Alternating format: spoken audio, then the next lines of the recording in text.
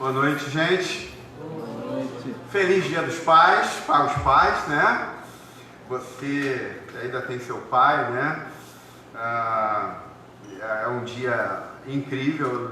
Eu perdi minha mãe há um ano atrás, mas meu pai ainda está vivo, está morando lá no Espírito Santo. Hoje eu pude mandar um áudio para ele.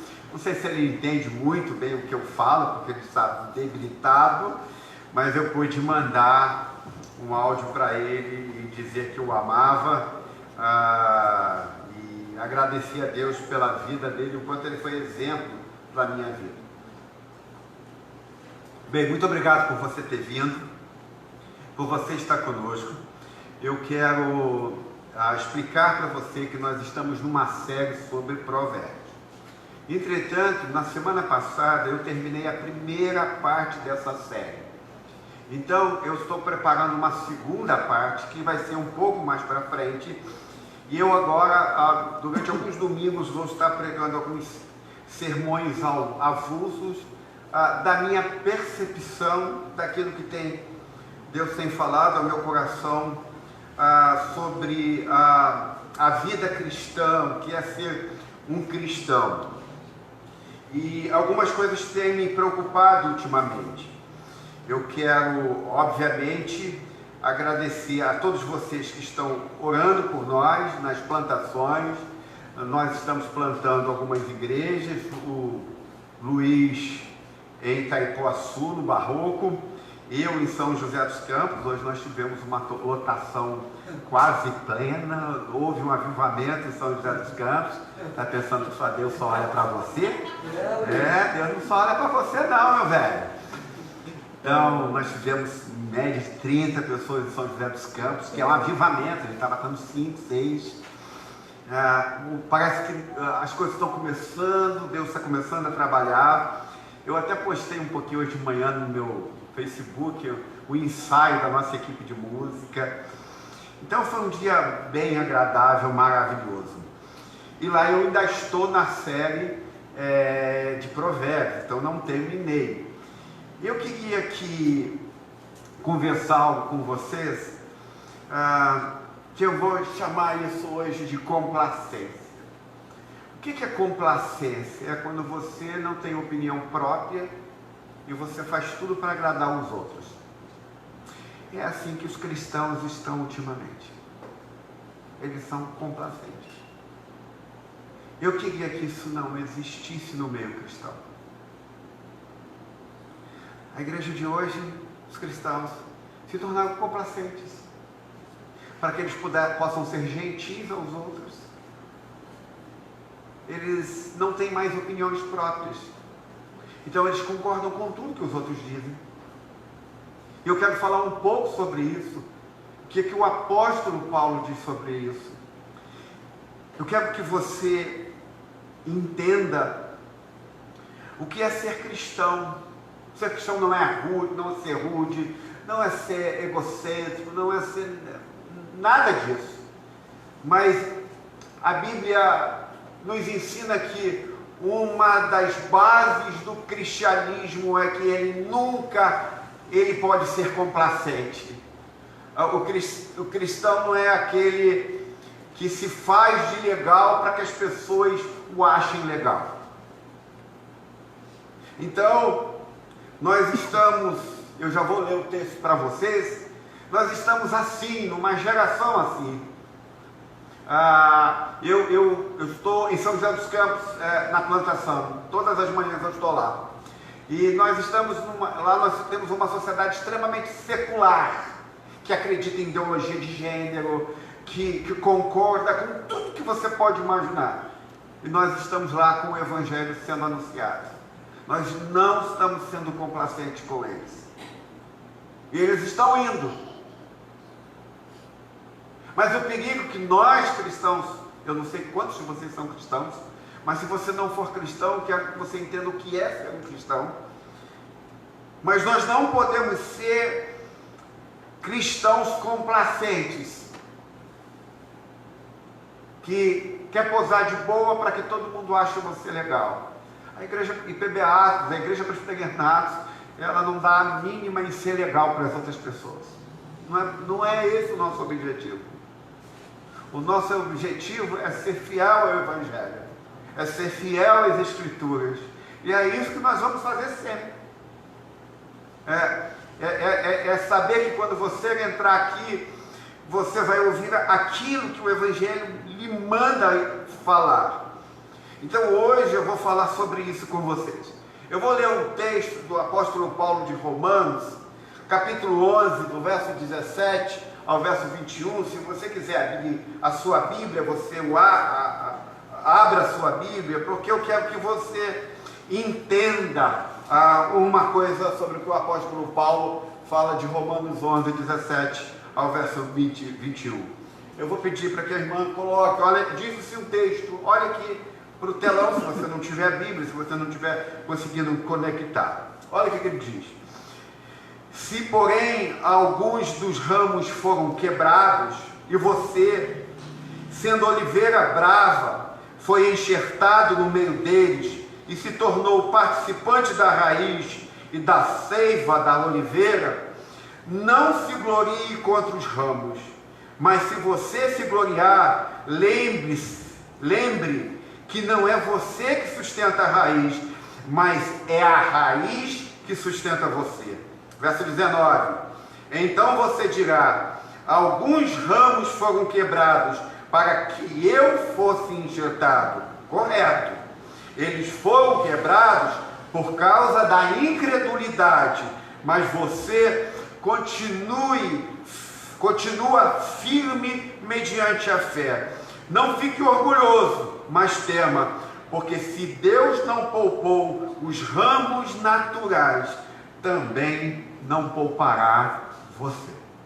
Vamos orar ao Senhor. Pai bondoso, obrigado por esta noite, obrigado por tua palavra. Ensina o nosso coração, Senhor. Exorta-nos nesta noite de modo que nós possamos sair daqui temendo o Senhor, não com medo de Ti, mas reverenciando quem Tu és, Senhor. Senhor, que a nossa vida esteja sempre colocada diante do Senhor. Então nós Te pedimos nesta noite que o Senhor fale ao nosso coração, que o Senhor toque na nossa vida, que o Senhor nos tire de nós toda a complacência que nós temos tido, Senhor. Nós, cristãos contemporâneos, perdemos as nossas posições bíblicas, doutrinárias, e apenas queremos agradar aos outros, Senhor. Nós Te pedimos perdão por isso. E eu quero Te pedir que o Senhor fale ao nosso coração nesta noite, e que nesse dia dos pais, onde Tu és o Pai maior, melhor, supremo Pai, aquele que não abandona a gente nunca, aquele que nunca nos deixa a sós, mas aquele que está sempre nos sustentando, nós Te pedimos que nesta noite o Senhor fale ao nosso coração, em nome de Jesus. Amém e amém.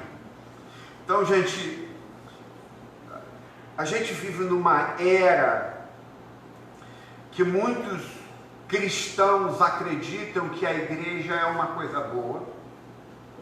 Se eu perguntar a vocês, e aí, gente, a igreja é uma coisa legal, aí vocês vão dizer, sim, são. Mas esses cristãos culturais que acreditam que a igreja é uma coisa boa, mas eles não são comprometidos com ela. Hoje, por causa do Dia dos Pais, vocês estão aqui, louvo a Deus pelo seu compromisso. Mas quantos dos nossos irmãos estão em algum lugar sem estar na casa do Senhor? Domingo é o dia do Senhor. Então os cristãos culturais, eles acham uma igreja boa, mas eles não são comprometidos com eles. Eles não se envolvem em nada, em nenhum ministério na igreja. Eles não são generosos. Alguns dos nossos irmãos, dos cristãos que acham a igreja legal, eles nem se lembram qual foi o último dia que eles falaram com uma pessoa sobre Jesus Cristo. Eu não quero nem pressupor, se eu fizer essa pergunta a vocês, eu posso perguntar, qual foi o dia que vocês, o último dia que vocês falaram alguma coisa do Evangelho para alguém? Os cristãos culturais que a gente tem nos dias de hoje, eles nem se lembram se já falaram ou falam de Jesus. E quando falaram de Jesus.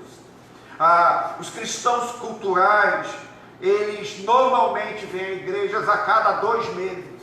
Por quê? Porque nesse intervalo de 2 meses, eles estão nos teatros, na casa de praia, na piscina, no shopping, em qualquer lugar, menos na casa de Deus. Esses são os cristãos culturais, que não são comprometidos com a casa do Senhor. Vem a cada 2 meses na igreja, a cada 3 meses, e eles, então, vivem a vida cristã e ainda acham que a igreja é uma coisa legal. Além disso, os cristãos culturais, eles acreditam que a igreja é uma coisa boa, mas eles não estão dispostos a fazer da igreja uma prioridade. Esses são os cristãos culturais. Esses são os cristãos complacentes, que estão dispostos de abrir mão de tudo para agradar a outros. Uma das coisas mais fantásticas que eu gosto de ouvir e às vezes eu vejo gente, pastor, às vezes tem gente que quer ir domingo lá em casa. Eu digo, não venha, porque se vir na hora do culto eu vou para a casa do Senhor. E quando eu ouço isso, eu lembro do meu pai, que hoje eu disse, te amo, pai, numa mensagem do WhatsApp, como eu aprendi com ele ser um cristão que tenha compromisso com a casa do Senhor, e não me importar com o que as pessoas pensam de mim, fanático, não importa, mas a nossa geração, a geração da igreja contemporânea, dos cristãos que a gente chama de cristãos culturais, elas são pessoas que elas não fazem do dia do Senhor uma prioridade. Eles roubam o dia do Senhor por qualquer outra coisa. O dia do Senhor é muito interessante, é muito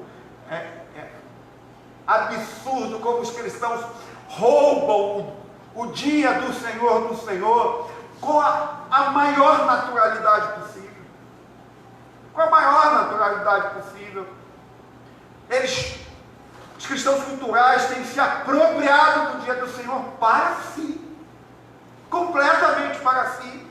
Decidem fazer do seu domingo o que quiserem, menos consagrarem esse dia a sua devoção, quando a gente lê as Escrituras. E este mandamento vos será perpétuo, que o dia de sábado, o domingo, pelos cristãos, quando Jesus Cristo ressuscita, esse mandamento vos é perpétuo, que cada um de vocês se reúnam no dia do Senhor, que cada um de vocês nunca deixe de congregar.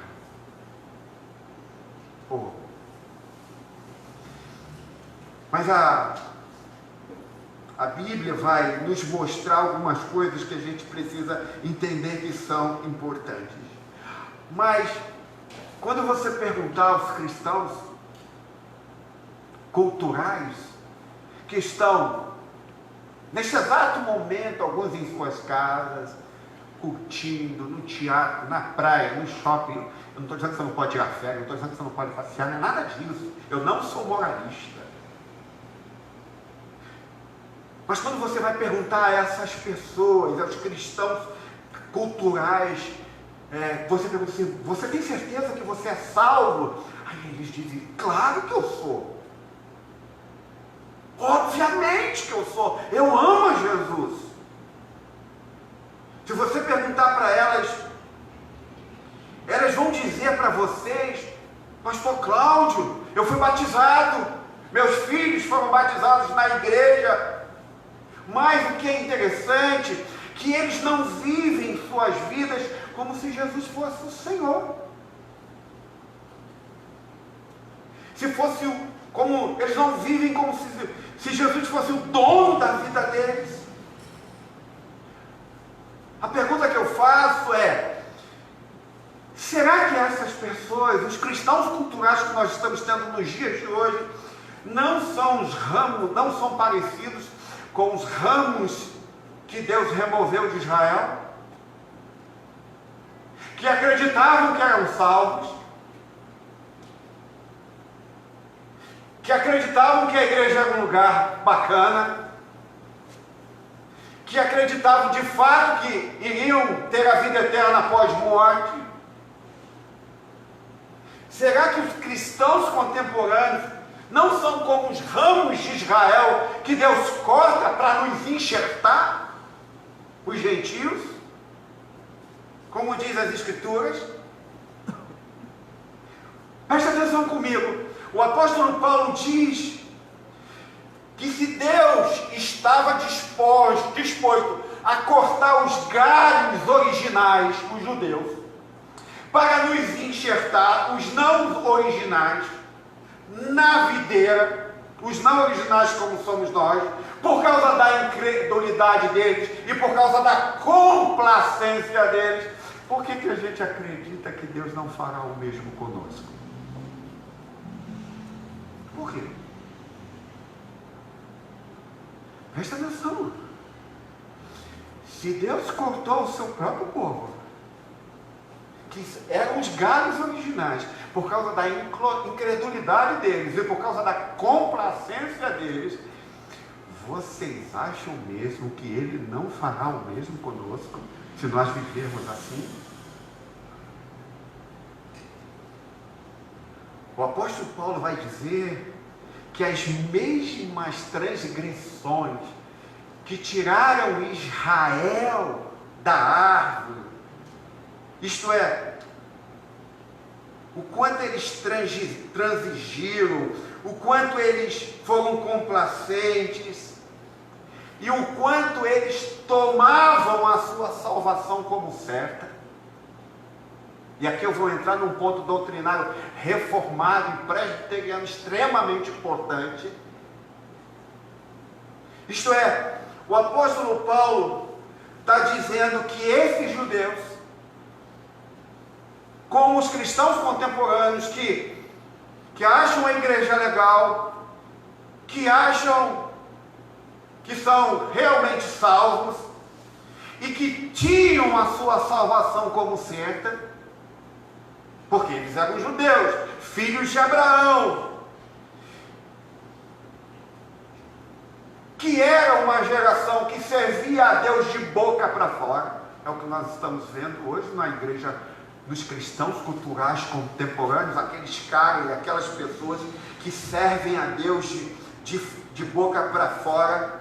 Eles só praticam os movimentos religiosos, mas as suas vidas não se conectam com a vida de Jesus Cristo. É assim que vivia o povo de Israel. E nós, cristãos contemporâneos e culturais, estamos fazendo a mesma coisa.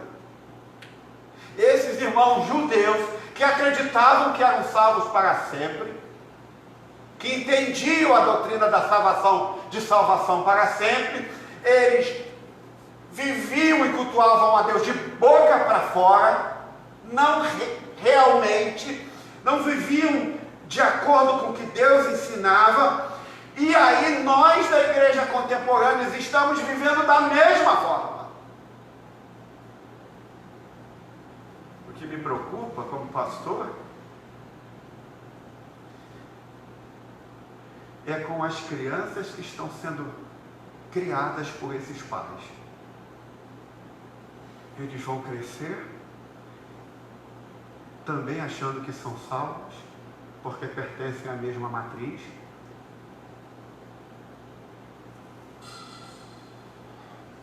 Vão viver de acordo com as mesmas expectativas dos seus pais. E em algum momento, essas crianças vão achar que também são salvas.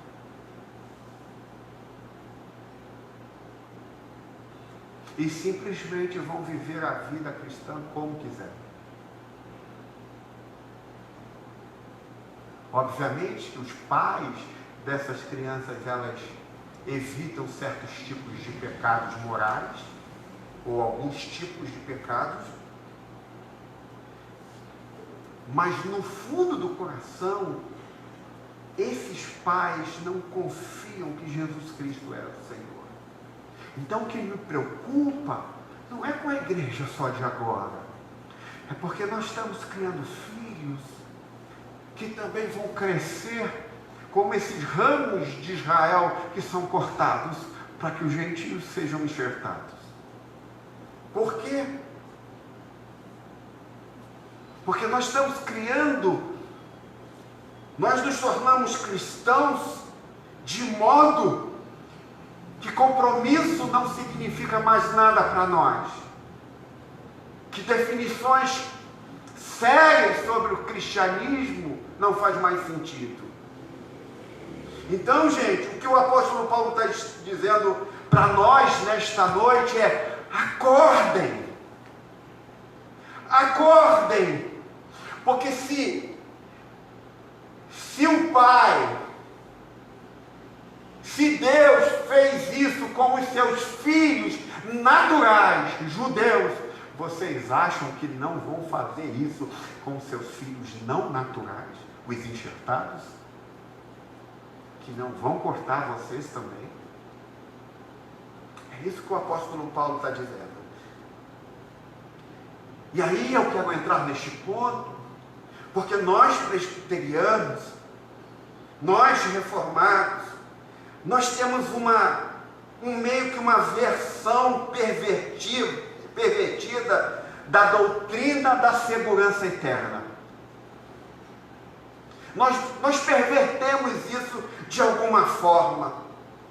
É por isso que nós não somos compromissados com Deus, nós não nos quebrantamos mais, nós não...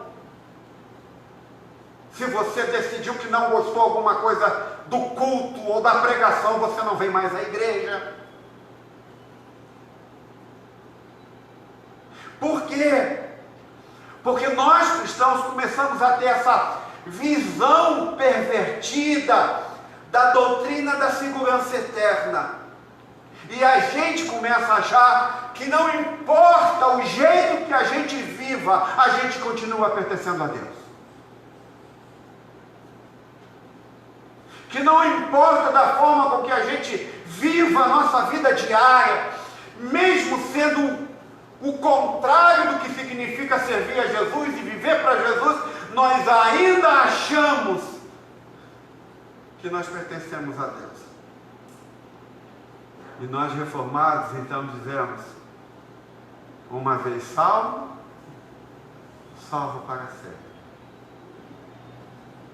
Sempre salvo. Ou seja, se você foi verdadeiramente salvo, você nunca poderá perder a sua salvação. Gente, e nós usamos essa doutrina pervertidamente. Por quê? Porque a doutrina da segurança eterna é uma das doutrinas mais gloriosas que o cristão pode ter. É saber que, se Deus te salvou, ninguém poderá arrebatar você da mão de Deus.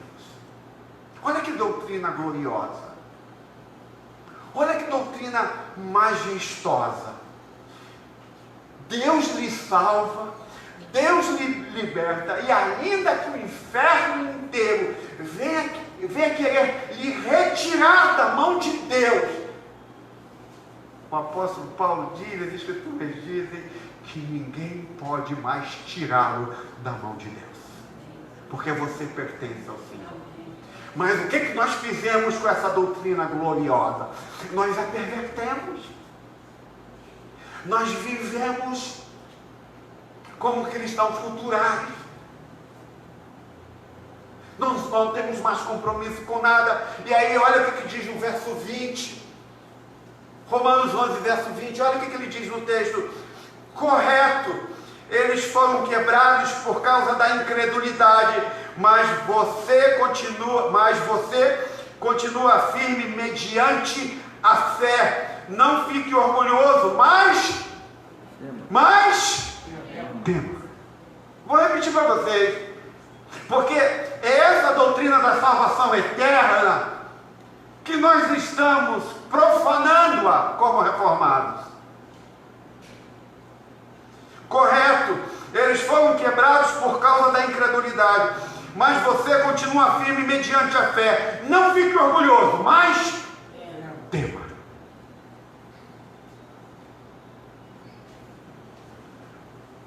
Aqui a gente tem duas verdades que a gente pode chamar de verdades contraditórias. Por um lado, a Bíblia diz que uma vez que Deus salve você, você está salvo para sempre. É uma verdade gloriosa. É verdade. Você vai ler isso em João capítulo 10, Romanos capítulo 8, em tantos outros lugares da Bíblia. Por outro lado, diz que somente se você perseverar até o fim, você será salvo. Olha que paradoxo, que aparente contradição. Ele diz, por um lado, que uma vez que Deus o salve, você está para sempre salvo. Mas ele diz, por outro lado, que somente se você perseverar até o fim, você será salvo. Então a gente tem que, para não esbofetear essa doutrina maravilhosa da graça, a gente precisa conectar os dois. Os dois precisam andar juntos. Porque uma das marcas essenciais da fé verdadeiramente salvadora é que essa fé dura até o fim. Essa fé não é complacente. Essa fé não é descompromissada. Não é qualquer coisa que nos tira do compromisso de sermos cristãos, de nos reunirmos, de vivermos juntos, de vivermos para a glória de Deus. Então, por um lado, o apóstolo Paulo está dizendo é que toda fé salvadora, se você de fato está conectado à videira, a sua fé ela vai durar até o fim. Então, a verdadeira doutrina da segurança eterna não é apenas isso, uma vez salvo, salvo para sempre. Não é essa a doutrina da salvação eterna, mas a doutrina da salvação eterna, uma vez salvo, sempre vivendo mediante a fé até o fim. Essa é a doutrina da salvação eterna.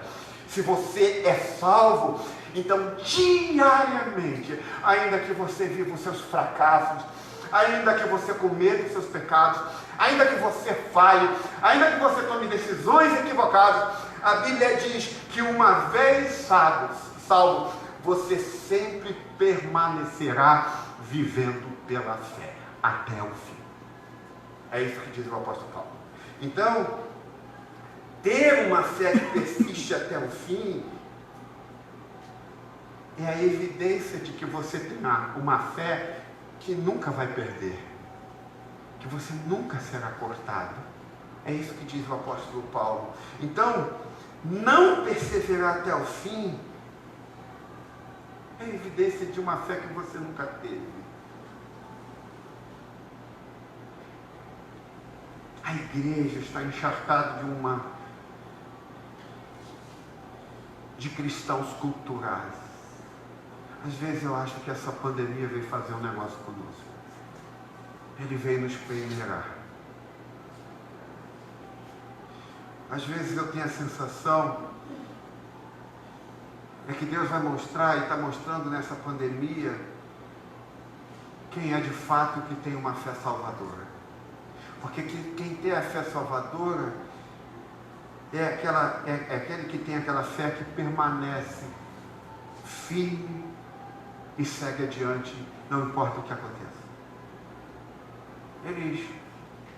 ainda que estejam fraquejando, eles continuam andando pela fé. Continuam caminhando para a glória de Deus. Às vezes eu tenho vontade de, no nosso conselho, eu sugerir que esta igreja não aceite mais ninguém que seja um cristão cultural.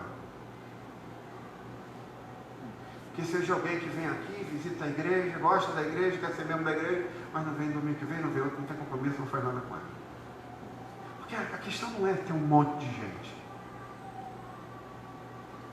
A questão é a gente ter um povo que tem uma fé que permanece para sempre. E aí eu me pergunto se os cristãos culturais não são aqueles joios que estão entrando dentro da igreja para perverter a própria igreja.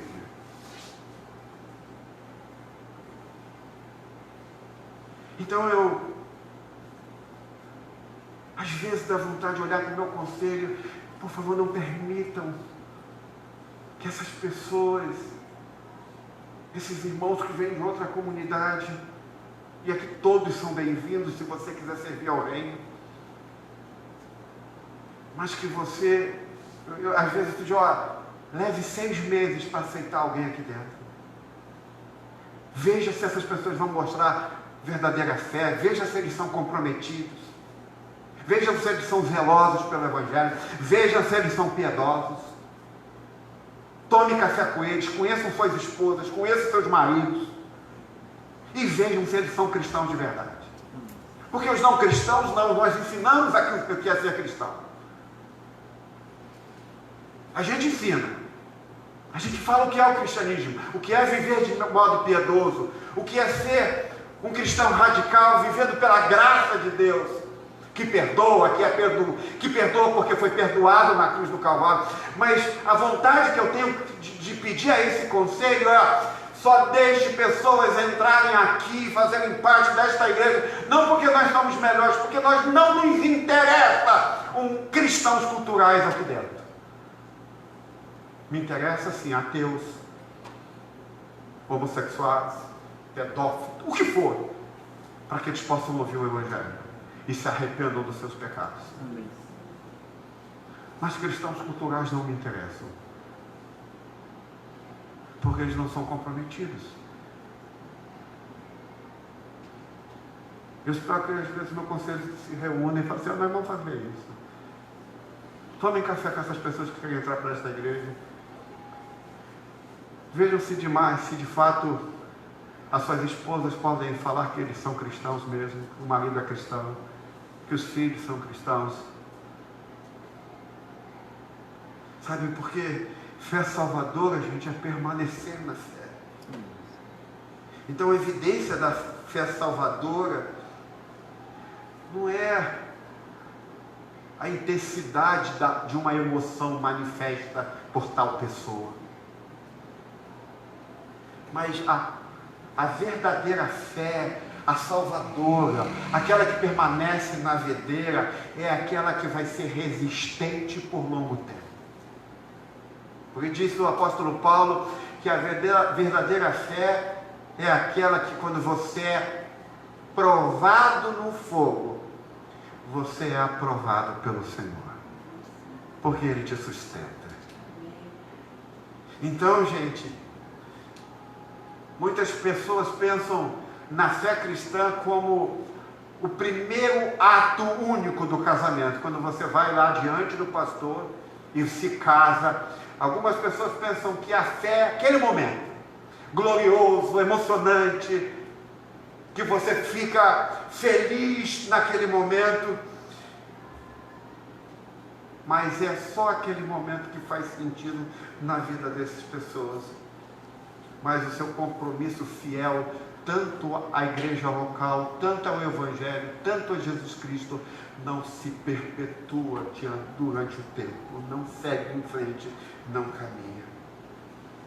Então, muitos cristãos contemporâneos, ou que eu chamo de cristãos culturais, eles vivem a vida cristã como se estivesse vivendo o dia do seu casamento. É só aquele momento. depois não vão ser mais gentis, depois não vão ser mais amorosos, depois não vão ser mais fiéis e vão ser complacentes. Vão viver sem uma opinião própria e só tem o único desejo de agradar os outros. A igreja não foi feita para agradar este mundo. Nós cristãos não fomos feitos para isso.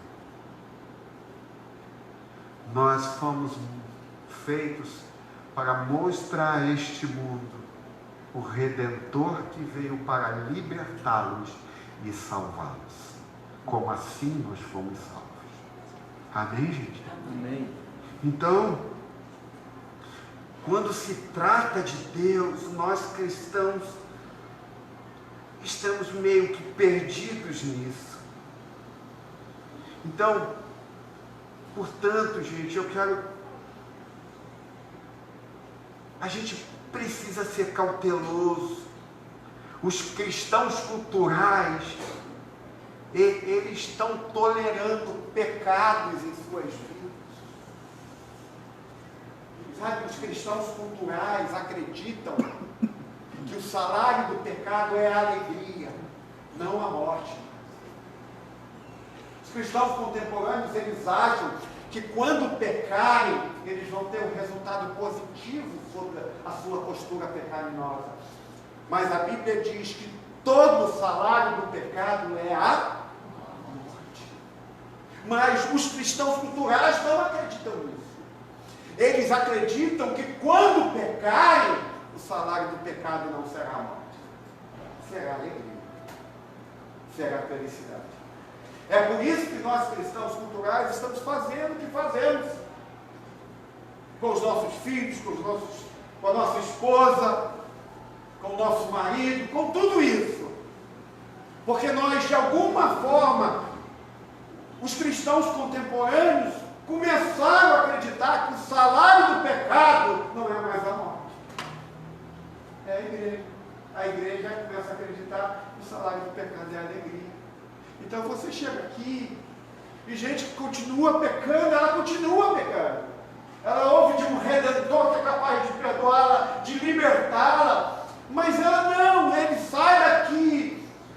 Eles já são cristãos, mas eles continuam vivendo no pecado, porque de alguma forma os cristãos culturais acreditam que o resultado final do pecado vai ser alegria. E isso nunca acontecerá, porque o salário do pecado sempre será a dor, sempre será o sofrimento, sempre será a pior coisa que pode existir nas nossas vidas. O apóstolo Paulo está dizendo para mim e para você: cuidado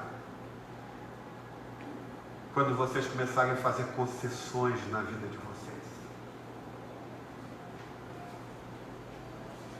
Alguns dias desses, um irmão desta igreja veio me perguntar uma pergunta muito importante sobre a questão da homossexualidade. E ele falou assim: pastor, na minha família tem uma pessoa homossexual e ele vai casar com uma outra pessoa. Qual deve ser a minha posição sobre isso? Eu devo ir ao casamento dele? E eu digo: não, claro que não. Porque não existe casamento homossexual. Só existe casamento entre homem e mulher. Mas isso eu não estou demonstrando falta de amor? Não. Você está mostrando, na verdade, amor. Porque você não está sendo complacente com ele. A complacência é você negar aquilo que a Bíblia diz, porque você quer estar bem na fita com o seu próximo. Então eu disse a esse meu irmão que é querido e que fez uma pergunta honesta, que é uma pergunta difícil de se entender no mundo que a gente está vivendo, agora, que a gente lida com o homossexualismo. A gente não trata, o cristianismo nunca tratou o homossexualismo pior pior do que a mentira, pior do que o roubo, pior do que qualquer outra coisa. Tudo é pecado e todos eles precisam estar rendidos diante da cruz do Calvário. Mas ele me perguntou, mas não é falta de amor? De jeito nenhum. A maior expressão de amor é que você vai dizer para ele: lamento, mas não existe casamento homossexual. Isso nunca foi e nunca será um casamento. O casamento é entre homem e mulher. Assim diz as Escrituras. E quando você sinaliza isso para essas pessoas, você está dizendo para essas pessoas que estão tomando essa posição que eles vão entrar no pior período da vida deles, que é confrontar de frente a realidade de um Deus criador. E o salário disso que eles vão fazer não vai ser felicidade e alegria, vai ser suicídio, depressão, melancolia e todas as outras coisas. Então, gente, nós cristãos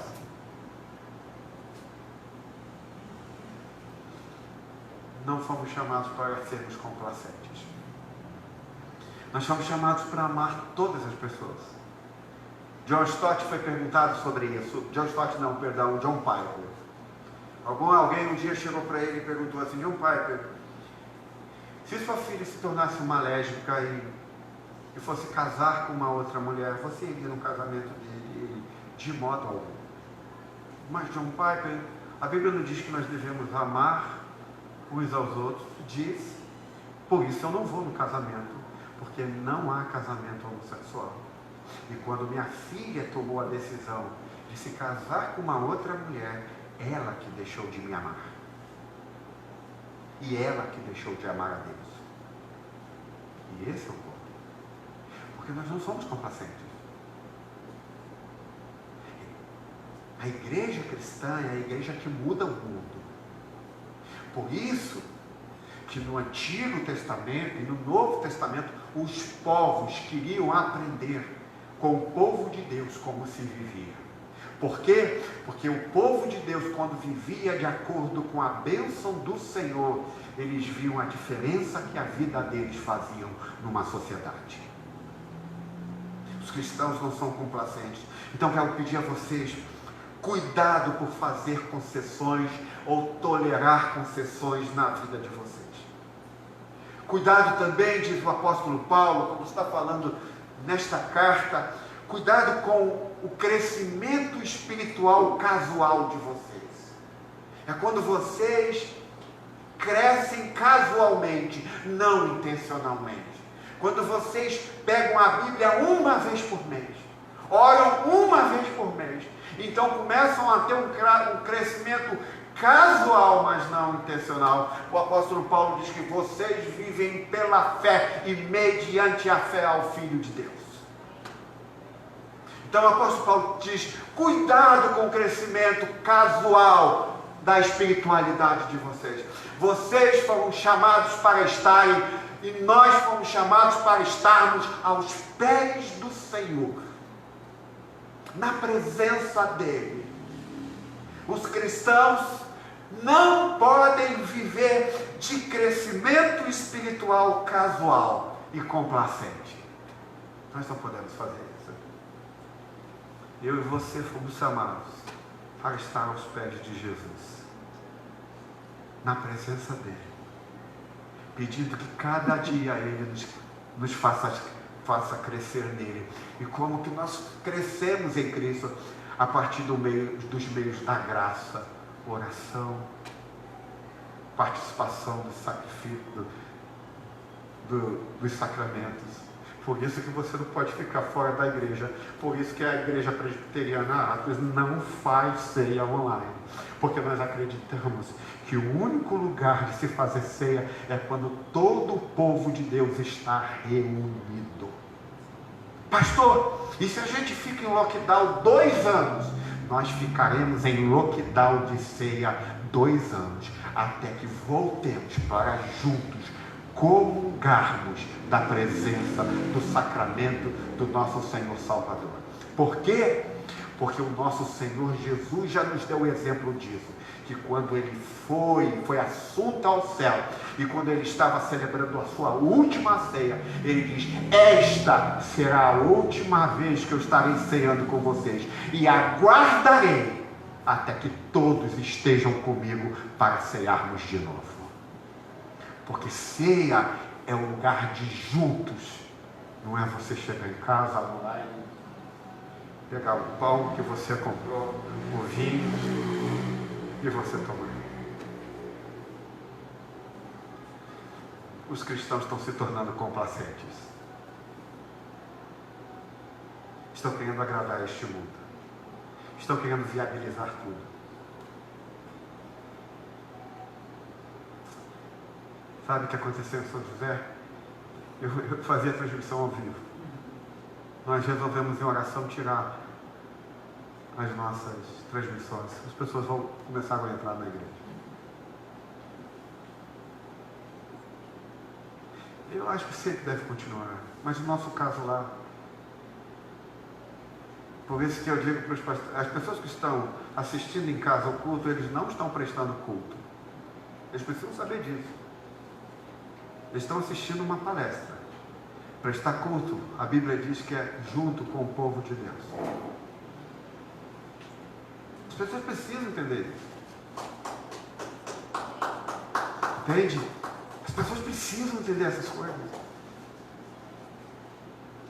Nós precisamos entender o que significa a igreja de Cristo.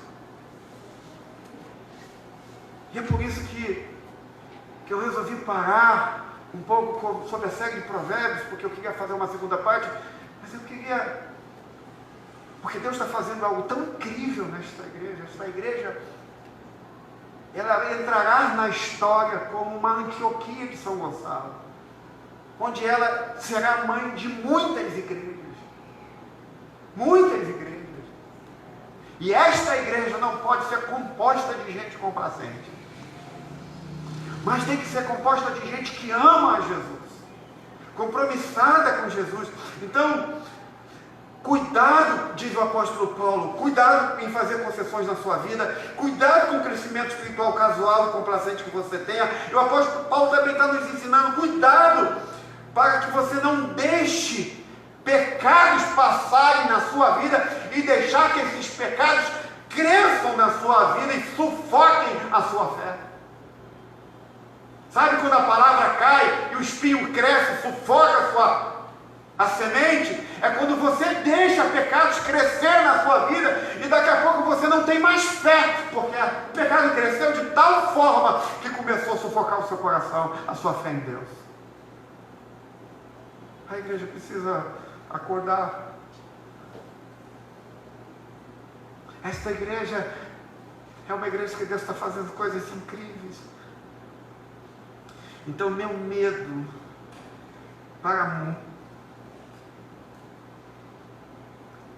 sobre a igreja hoje é o mesmo medo que o apóstolo Paulo tinha.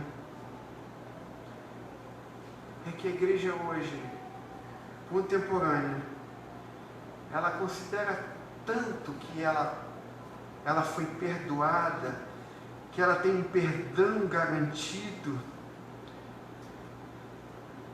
que elas têm o direito à vida eterna, e que elas comecem a fazer exatamente o que o povo de Israel fazia. E aí foram podados, retirados. Esse é o meu medo hoje. E o meu medo como é com esta igreja, num momento tão crucial dela. Tão crucial dela. É que você considere que você está tão salvo, e que você presuma que é seu e é de direito de nascença a sua salvação, o seu perdão dos pecados, que você comece a viver como os galhos de Israel viveram. E aí você começa a viver incredulamente, sem compromisso. E eu acho que parte da igreja contemporânea está começando a viver assim. E a pergunta que eu faço, mas se Deus arrancou os... E o apóstolo Paulo faz, mas se Deus arrancou os galhos naturais para colocar os galhos não naturais, será que não arrancará os galhos não naturais também, se viver dessa forma? Eu quero ir para o meu final. Eu quero pedir a vocês nesta noite,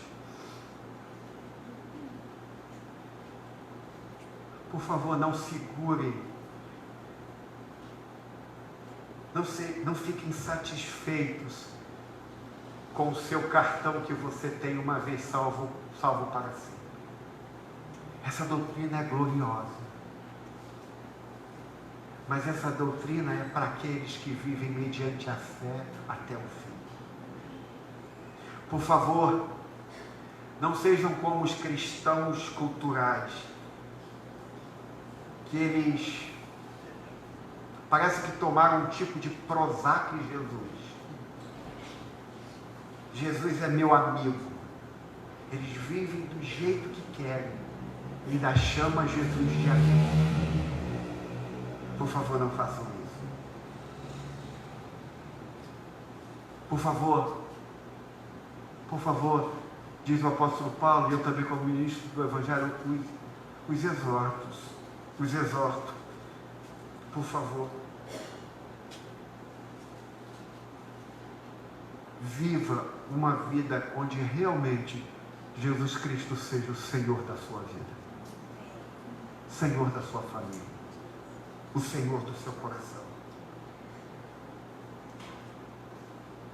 Eu peço que esta igreja não seja uma igreja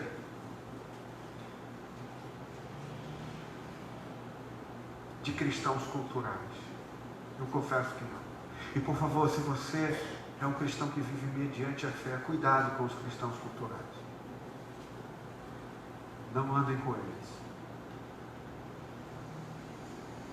Não andes com aqueles que dizem que Jesus é bom, mas não tem nenhum compromisso com a igreja local. Que não amam a Jesus. Que são complacentes. Que estão querendo sempre agradar os outros e não a Deus.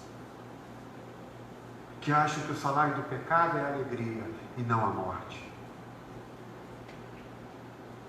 Eu oro, como diz o apóstolo Paulo, que você compreenda que se Deus moveu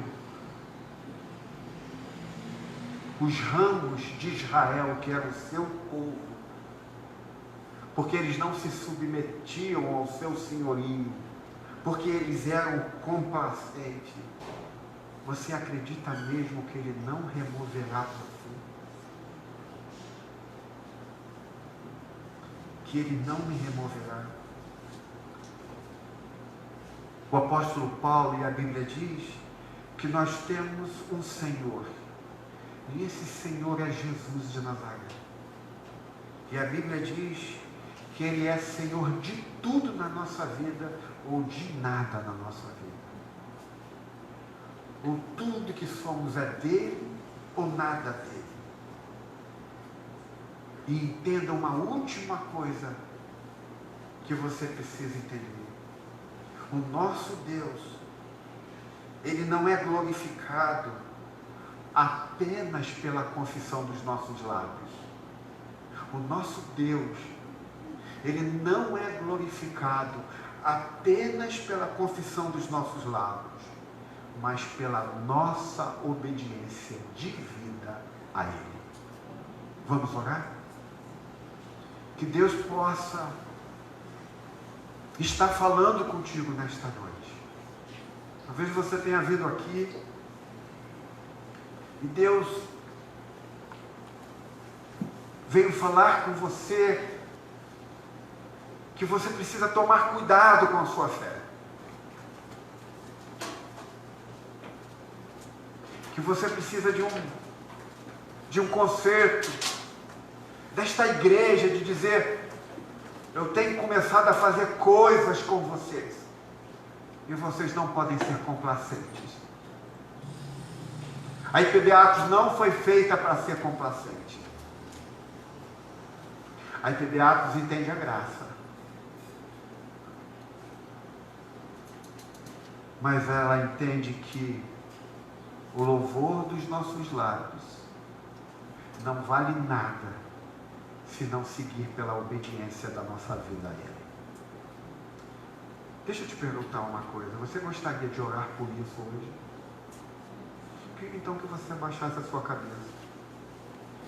Enquanto os nossos músicos vão estar ministrando com seus instrumentos, eu queria que você orasse ao Senhor sobre isso. Se você tem vivido uma vida cristã complacente, sem compromisso, ore a Deus para que Deus possa mudar o seu coração, mudar a sua vida. Peça a Deus para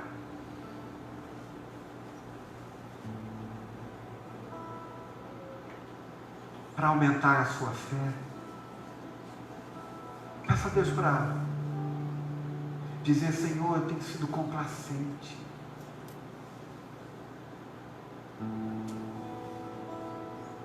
Eu tenho te adorado com os lábios, mas minha vida não tem te adorado.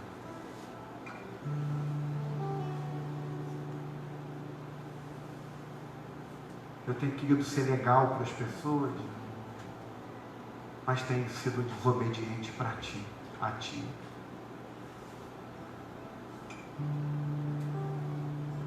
Vamos orar ao Senhor. Ore, clame ao Senhor. Senhor, muda a minha vida. Eu me arrependo desse tipo de vida.